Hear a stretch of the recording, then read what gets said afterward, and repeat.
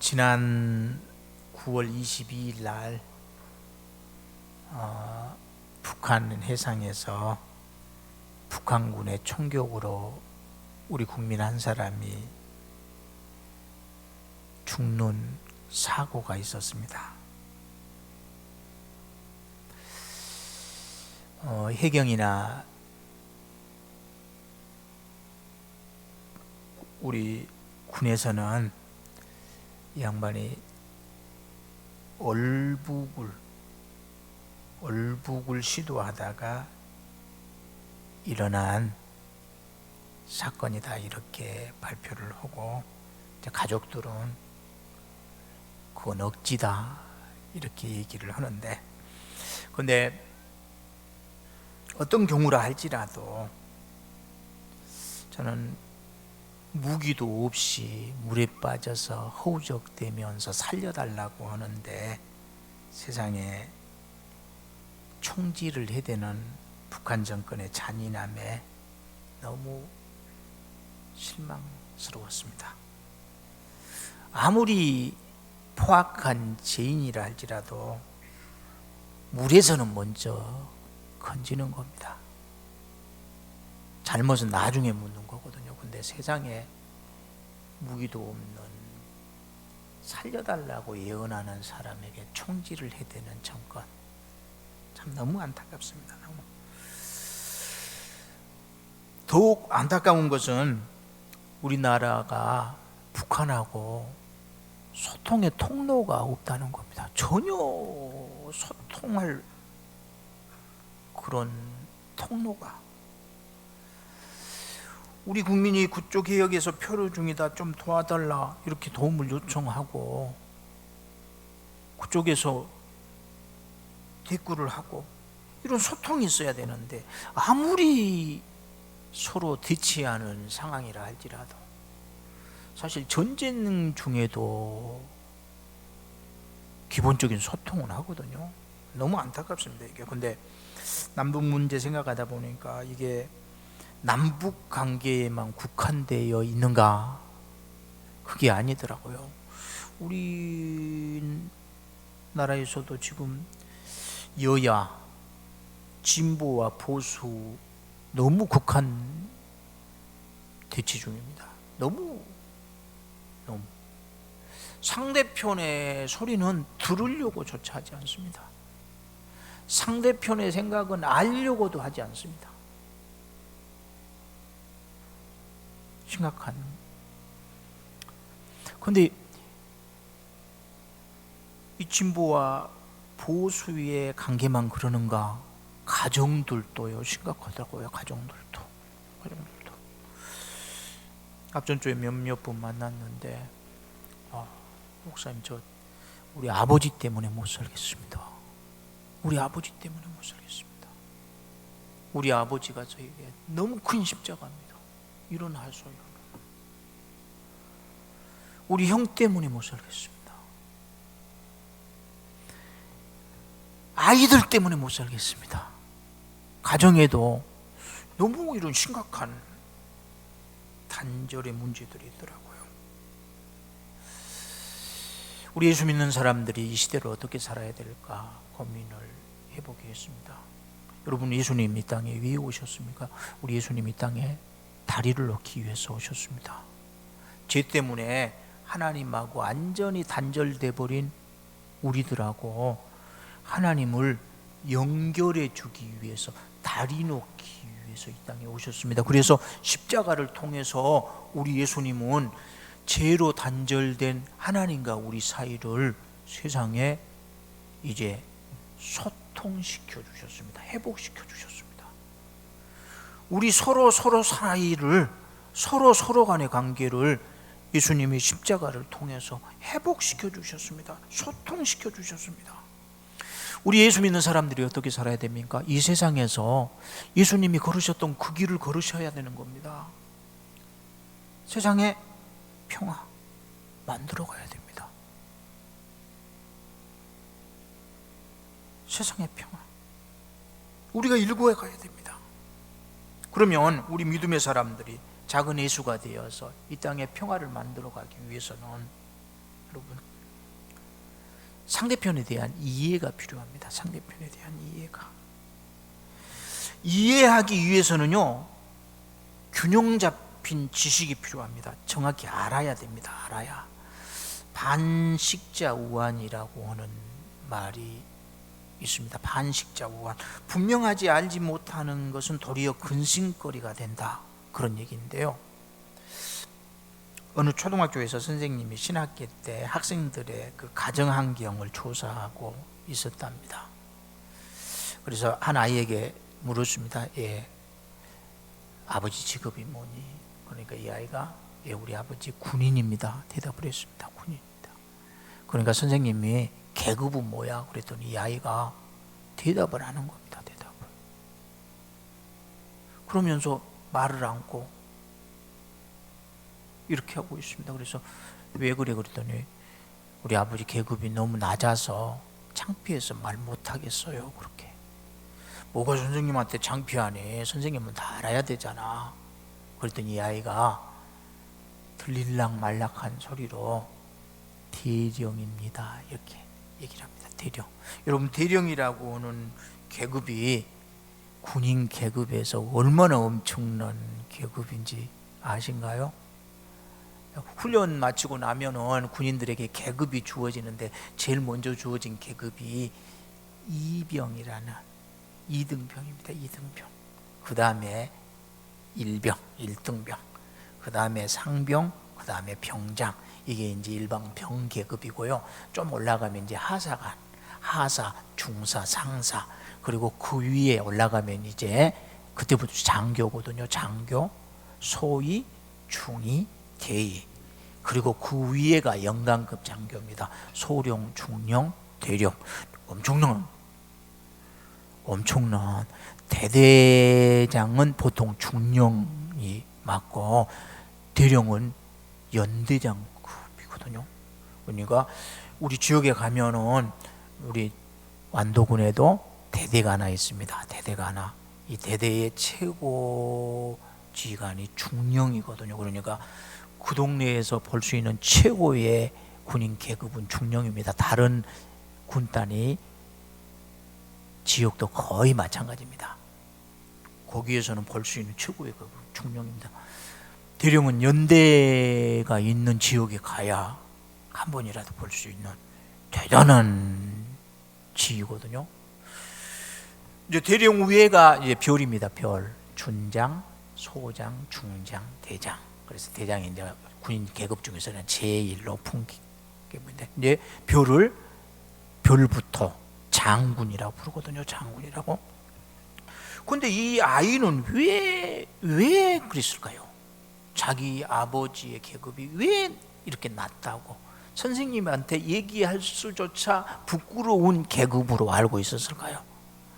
이 아이가 아버지가 항상 장군들하고 있는 것만 본 겁니다. 장군들.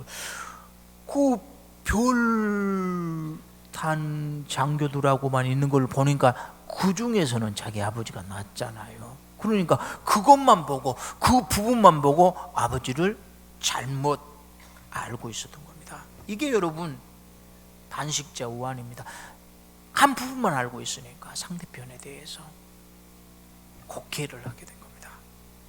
우리 사회의 극한 대치가 어쩌면 서로 상대편을 알지 못하니까 이해하지 못하잖아요. 그래서 생겨난 갈등이지 않겠는가 생각이 들어집니다. 그래서 여러분, 이해하기 위해서는 우리가 알아야 됩니다. 부부간에도 공부가 필요합니다. 남편은 아내에 대해서, 여자에 대해서 공부를 해야 됩니다. 아내도 마찬가지입니다. 남자에 대해서 공부를 해야 됩니다. 공부를. 제가 가끔씩 우스갯소리로 말씀을 드립니다. 채널 가지고 싸우는 부부들이 많잖아요. 남자들은 대부분 뉴스를 보려고 합니다. 근데 여자분들은 뉴스를 별로 안 좋아합니다. 드라마를 좋아하거든요. 그래서 싸웁니다. 남자들은 채널 거 뺏기고 드라마 보고 울고 웃는 와이프한테 안 됐다는 혀차잖아요. 남편한테 뉴스 채널권 뺏겨가지고 보고 싶은 드라마 못 보던 와이프는 자기 남편이 뉴스 보면서 코로나 걱정하고 있으면은 니나 잘해라, 니나 잘해라 그러잖아요. 근데 여러분, 남녀간에도 공부가 필요합니다. 남자가 관심을 일반적으로 두는 게 여자하고는 좀 다르거든요. 여자분들도 마찬가지입니다. 이것은 서로 다른 문제지 이건 옳고 그름의 문제가 아니거든요. 공부가 필요합니다. 공부하고 여러분 소통을 위해서 특별히 이 시대는 공부해야 됩니다. 공부하고 그리고 노력해야 됩니다. 소통을 위해서. 유재석이라고 하는 방송인이 있습니다. 인기가 아주 대단하더라고요. 저는 그분 볼 때 외모로 특별하게 어필할 수 있는 그런 외모도 아니고 뭔가를 특별하게 잘한다는 그런 느낌이 별로 안 들더라고요. 노래 간수한다고 하는데 진짜 노래 잘하는 가수들하고 비교하면 그 노래 못 내놓을 것 같은데 근데 인기가 그렇게 좋습니다. 그런데 이분이 방송인들 간에도 굉장히 인기가 좋다더라고요. 이 소통을 잘한대요. 소통을. 다른 사람들하고 소통을 잘한대. 근데 이 소통이 굉장히 중요한 문제거든요. 그런데 이분이 소통의 법칙 10가지를 얘기를 하더라고요. 방송인들은 여러분 소통의 중요함을 아는 분들이기 때문에 이 부분에 대해서 굉장히 공부하는 분들입니다. 굉장히 공부하고 노력하는 분들입니다. 그래서 이분들이 하는 얘기를 조금 우리가 귀담아 들을 필요가 있습니다. 유재석이 얘기한 소통의 법칙 10가지. 첫 번째가 앞에서 할 수 없는 말은 뒤에서도 하지 마라. 앞에서 할 수 없는 말은 뒤에서도 하지 말라. 뒷말하지 말라는 얘기더라고요. 뒷말하지 말라. 여러분, 목사님 머리가 너무 요즘 많이 벗어졌는데요. 앞에서 얘기할 수 있으면, 제 앞에서 얘기할 수 있으면 여러분들끼리도 얘기해도 괜찮은데 제 앞에서는 그 얘기를 상처받을까 봐서 못하는데 이제 우리끼리 있을 때는 하게 되면은 이건 뒷말이 된대. 그러니까 앞에서 할 수 없는 말은 뒤에서도 하지 말라. 상당히 중요한 얘기더라고요. 그 다음에 두 번째가 말을 독점하면 적이 많아진다. 방송인들은 말 가지고 사는 사람들이잖아요. 근데 말을 독점을 하면 적이 많아진대. 근데 이게 우리에게 상당히 울림이 있어지더라고요. 말을 많이 하면 적이 많아진다. 그래서 말을 적게 하고 많이 들어라. 들어줄수록 내 편이 많아진다. 이런 얘기를 하더라고요. 저도 이제 목사라고 하는 이 자리 때문에 말을 짜치다면은 많이 하게 될 수가 있습니다. 그래서 늘 조심합니다. 집에서도 혹시 너무 말 많이 하면은 문제가 될까 봐서. 근데 나이 들어갈수록 이 말을 조금 줄여야 되겠다 이런 생각을 해봅니다. 그 다음에 목소리의 톤이 높아질수록 뜻은 왜곡된다. 흥분하지 마라. 낮은 목소리가 힘이 있다. 이렇게 얘기를 하더라고요. 이 말도 우리가 조금 큰 소리 상대방에게 너무 큰 부담을 줍니다. 어느 식당에 갔는데 이 식당 사장님이 굉장히 친절하신 분이거든요. 근데 목소리가 너무 크더라고요. 어서 오십시오. 감사합니다. 근데 밥 먹다가 다른 손님들 들어오면 계속 이 톤으로 얘기를 하니까 조금 힘들더라고요. 근데 톤을 조금 낮출 필요가 있습니다. 그 다음에 귀를 훔치지 말고 가슴을 흔드는 말을 해라. 듣기 좋은 소리보다 마음에 남는 말을 해라. 내가 하고 싶어하는 말보다 상대방이 듣고 싶은 말을 해라. 하기 쉬운 말보다 알아듣기 쉽게 얘기해라. 또 칭찬에 발이 달렸다면 험담에는 날개가 달려있다. 나의 말은 반드시 전달된다. 허물은 덮어주고 칭찬은 자주 해라. 그 다음에 뻔한 이야기보단 뻔한 이야기를 해라. 이 말이 또 저한테는 상당히 울림이 되더라고요. 뻔한 얘기. 저도 뻔한 얘기 많이 하거든요. 뻔한 얘기. 다 아는 얘기, 뻔한 얘기. 근데 뻔한 얘기는 잔소리가 되기 쉬우니까 펀한 얘기를 해라. 펀이 뭐냐면 영어 표현인데 즐거운 얘기. 뻔한 얘기를 하려니 차라리 우스갯소리 해라. 그런 말이더라고요. 말을 현혹만 하지 말고 눈과 표정으로 말해라. 눈과 표정으로 말해라. 상대편이 말할 때 여러분 귀로만 들어서는 안 됩니다. 귀로만 들어서는 안 돼. 제가 이게 잘 안 되거든요. 제가 시간이 아까워가지고 상대편 말을 들으면서도 뭔가를 쳐다보는 게 이게 습관이 저도 돼 있습니다. 상대편 말 들으면서 이제 인터넷 보고 상대편 들으면서 이제 신문 보고 이런 게 이제 몸에 배어 있는데 이게 안 된대요. 소통할 때는 상대편이 말할 때는 귀로만 듣는 게 아니라 눈으로도 듣고 말을 할 때도 입으로만 말하는 것이 아니라 눈으로, 표정으로. 비언어적 요소가 언어적 요소보다 더 힘이 있다. 이런 얘기입니다. 입술의 30초가 마음의 30년이 된다. 나의 말 한마디가 누군가의 인생을 바꿀 수도 있다. 그리고 혀를 다스리는 건 나이지만 내 뱉어진 말은 나를 다스린다. 함부로 말하지 말고 한 번 말한 것은 책임져라. 굉장히 많은 생각을 저에게 하게 하는 얘기였습니다. 자, 그러면 이런 문제에 대해서 성경은 어떻게 말하고 있는가? 성경은 어떻게 말하고 있는가? 요걸 여기 목사가 던지는 설교는 이것을 말하고자 함입니다. 이것을 말하고자 함입니다. 세상적으로 우리가 평화를 만들어가는 그리스도인의 삶을 살아야 되는데 이 길을 걷기 위해서는 상대편을 이해해야 되니까 소통을 위한 공부가 필요합니다. 소통을 위해서는 힘쓴 노력이 필요합니다. 이건 이제 우리가 다 아는 얘기라고 할 수 있는데 성경의 가르침은 무엇인가? 여기에 우리가 좀 귀를 기울이자는 겁니다. 자, 이 문제에 대해서 성경은 오늘 1절에 이렇게 얘기를 합니다. 온 땅에 언어가 하나요 말이 하나였더라. 여러분, 노아 홍수 이전에는 언어가 하나였습니다. 언어가 하나였습니다. 인간이 가지고 있는 특징 가운데 하나가 언어를 사용하는 동물이라는 겁니다. 그런데 이 언어가 가지고 있는 가장 중요한 기능은 의사소통이거든요. 말이 하나였고, 그래서 의사소통하는데 문제가 전혀 없었습니다. 그런데 여러분, 지금은 아니잖아요. 말이 엄청 많습니다. 세상에 언어가.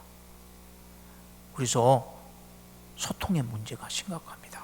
오늘날 젊은이들이 가장 힘든 게 이 소통을 위해서, 요즘 젊은 세대는 진짜 글로벌 시대잖아요. 글로벌 시대. 그래서 외국인들하고도 소통이 돼야 됩니다. 그래서 영어 공부하는데 너무 많은 에너지를 소진하게 됩니다. 심각한 문제인데. 자, 2절에 보면 이에 그들이 동방으로 옮기다가 신할 평지를 만나 거기 거류하며 그랬습니다. 에덴 동산에서 쫓겨난 인간, 죄짓고 에덴 동산에서 나온 인간들이 계속해서 동쪽으로 이동을 합니다. 하나님을 멀리 하기 시작했다는 겁니다. 죄 지으면 하나님을 멀리 떠나게 됩니다. 죄 지으면 아이들도요, 잘못이 있으면 부모를 무서워하고 멀리하게 됩니다. 가인의 후예들이 하나님으로부터 떠나기 위해서 에덴 동산에서 동쪽으로 가다가 만난 땅이 신할 평지입니다. 이곳에 이르러서 그들이 자기들만의 이상사회를 세우려는 야망을 갖게 됩니다. 그래서 3절과 4절에 보면 서로 말하되 자, 벽돌을 만들어 견고히 굽자 하고 이에 벽돌로 돌을 대신하며 역청으로 진흙을 대신하고 또 말하되 자, 성읍과 탑을 건설하여 그 탑 꼭대기를 하늘에 닿게 하여 우리 이름을 내고 온 지면에 흩어짐을 면하자 하였더니, 자, 여기에서 바벨론 문화가 시작이 됩니다. 바벨론 문화. 그 바벨론 문화의 특징이 뭐냐? 하나님 없이 살 수 있는 세상을 만들자. 이게 바벨론 문화의 중심 정신입니다. 하나님 없이 살 수 있는 세상을 만들자. 자, 우리 하나님 없이 살 수 있는 세상을 만들자. 여기에서 그래서 저들이 바벨탑을 샀습니다. 바벨탑을. 그런데 여러분, 역사는 하나님이 주관하십니다. 5절에 보면 여호와께서 사람들이 건설하는 그 성읍과 탑을 보려고 내려오셨더라. 6절에서 8절에 보면 여호와께서 이르시되 이 무리가 한 족속이요 언어도 하나이므로 이같이 시작하였으니 이후로는 그 하고자 하는 일을 막을 수 없으리로다. 자, 우리가 내려가서 거기서 그들의 언어를 혼잡하게 하여 그들이 서로 알아듣지 못하게 하자 하시고 여호와께서 거기서 그들을 온 지면에 흩으셨으므로 그들이 그 도시를 건설하기를 그쳤더라. 자, 그러니까 바벨탑을 쌓는 자리에서 언어의 혼잡이 나옵니다. 자, 바벨탑이 무슨 탑입니까? 하나님 없이 살아갈 수 있는 사회를 꿈꾸면서 시작한 탑입니다. 나를 드러내고자 하나님이 아닌 나를 드러내고자 세워가던 탑이 바벨탑입니다. 이 바벨탑을 쌓는 자리에 인간의 단절, 소통의 단절이 주어진 겁니다. 소통의 단절이. 아전주에 저를 만났던 후배 목사님, 아버지 때문에 목사님 너무 힘듭니다. 아버지가 십자가입니다. 근데 힘들기는 힘들겠더라고요. 아들은 목사인데 아버지가 예수님을 모르고 사는 분입니다. 얼마나 힘들겠어요. 그래서 아들한테, 자녀들한테 조금만 속상하면은 막 욕을 하고 저주를 쏟아붓는데요. 그래서 너무너무 힘들대요. 자기는 아들이니까 듣겠는데 막 손주들한테도 욕을 하니까 명절인데 손주들을 못 데리고 가겠대. 그래서 하나님한테 그런 기도를 했대요. 하나님, 저 이번 추석에는 좀 아프게 해주십시오. 아버지가 전화해서 왜 안 오냐? 몸이 아프네요. 거짓말은 못하겠고 하나님 저 아프게 해주십시오 하고 이렇게 기도를 했대. 그 마음이 근데 여러분, 부모와 자식 간에도 내 자신을 드러내려고 하면 반드시 여러분 어려움을 옵니다. 내 자신을 드러내려고 하면 내 자신을. 근데 여러분, 사람들이 받는 최대의 유혹이 뭐냐면은 내가 하나님이 되려고 하는 겁니다. 내가 하나님이 되려고 하는 거. 그 정치 지도자들이 받는 최대의 유혹이 자기가 하나님 되고자 하는 겁니다. 그 자칫하면 자기가 하나님이 되고자 하는 유혹에 빠져가지고 자기하고 뜻이 다르는 사람들은 막 짓밟기 시작합니다. 무서운 유혹이거든요. 가정에서도 가장이 빠지기 쉬운 게 내가 하나님이 되고자 하는, 내가 하나님이 되어서는 안 됩니다. 나를 드러내서는 안 됩니다. 저 목회하면서 늘 자신을 들여다봅니다. 저 목사의 가장 큰 꿈은 교회 건강하게 성장시키는 것 아니겠습니까? 저도 그렇습니다. 세운교회가 정말 건강하게 성장하기를 소망하는 게 가장 큰 꿈 가운데 하나거든요. 근데 제 자신에게 묻습니다. 너 바벨탑을 꿈꾸는 것 아닌가? 제가 제 자신을 위해서 교회 성장을 꿈꾼다면은 교회 성장 그 바벨탑이거든요. 제 자신을 위한 일이라면 여러분, 이 바벨탑은 허물어져야 됩니다. 이 바벨탑이 하나님의 영광이 아닌 목사의 영광이라고 하면 이건 허물어져야 됩니다. 그 자리에는 결코 하나 되면 기대할 수 없습니다. 난임만 있을, 싸움만 있을 뿐입니다. 바벨탑을 쌓는 인간들에게 하나님께서 진노로 주신 벌이 이겁니다. 난임입니다. 난임.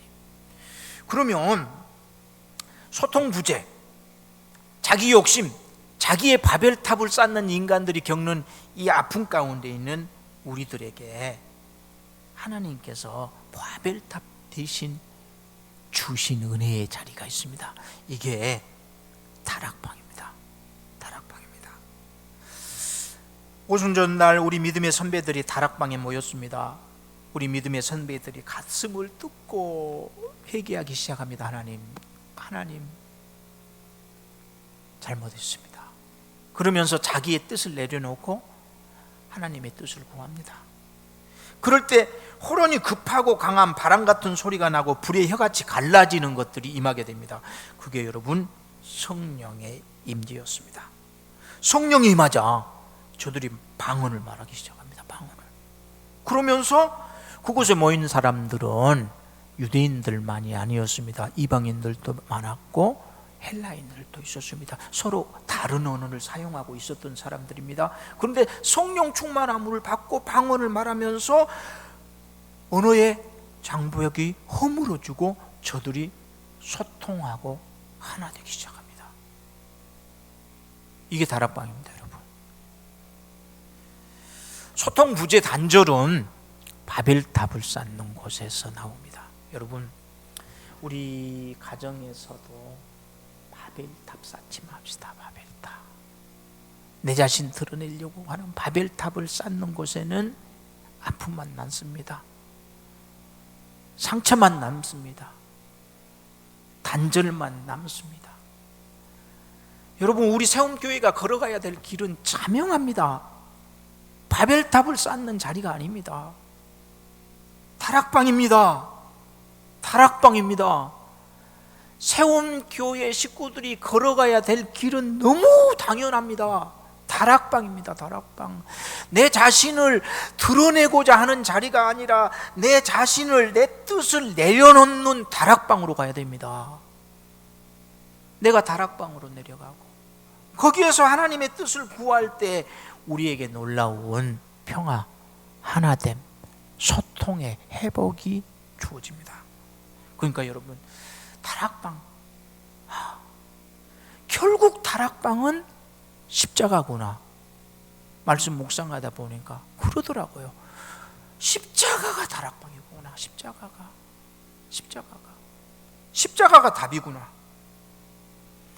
사랑하는 우리 세움가족 여러분, 우리 십자가가 답입니다.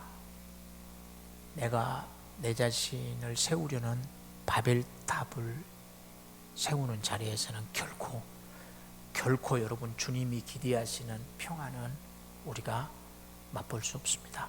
우리 세움 가족들은 더 깊은 다락방으로 들어가서 내 생각 내려놓고 하나님의 뜻을 구함으로 이 땅에 평화를 만들어 주님이 기대하시는 평화의 사도의 길을 멋지게 걸어갈 수 있기를 우리 주님의 이름으로 축원합니다. 기도하겠습니다.